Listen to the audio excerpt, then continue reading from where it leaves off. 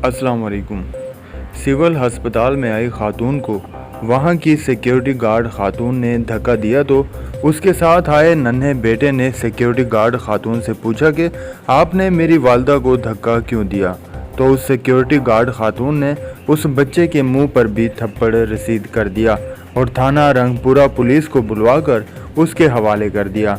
माँ बच्चे को छोड़ दो की मिन्नतें करती रही, जो किसी ने ना मानी और माँ के बेटे को पुलिस साथ ले गई। फिरौन जब तक अल्लाह की नाफरमानी करता रहा, अल्लाह ताला ने कुछ ना कहा, और जैसे ही फिरौन ने अल्लाह की मखलूक़ात से जुल्म करना शुरू किया तो अल्लाह रब्बे करीम से बर्दाश्त ना हुआ और फिरौन को इबरत का निशाना बना दिया। आज हर जगह मुसलमान ही मुसलमान पर जुल्म व ज़्यादतियाँ कर रहे हैं। हर साहिब इक़्तिदार जालिम है, बेशक वो एक मामूली तनख्वाहदार गार्ड ही क्यों ना हो। गरीब पर जुल्म करना हर कोई अपना फ़र्ज समझता है।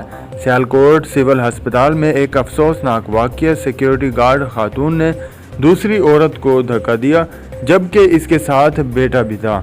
वो देख न सका मेरी माँ को धक्का क्यों दिया गया। इसके बाद लड़के ने पूछा, मेरी वालदा को धक्का क्यों दिया आपने। सिक्योरिटी गार्ड खातून ने उस लड़के को भी थप्पड़ दे मारा, साथ ही रंगपुरा पुलिस के हवाले कर दिया। बच्चे की मां मिन्नतें करती रह गई, बच्चे को छोड़ दो, लेकिन जालिमों को कोई तरस नहीं आया। तो बताएं इस मुल्क में क्या हो रहा है ये भाई? कोई बताने वाला है, कोई पूछने वाला है? इस वीडियो को ज़्यादा से ज़्यादा शेयर कीजिए ताकि आला हुकाम तक ये वीडियो पहुंच सके, जो ये लोगों के सामने आए। शेयर कीजिए इस वीडियो को।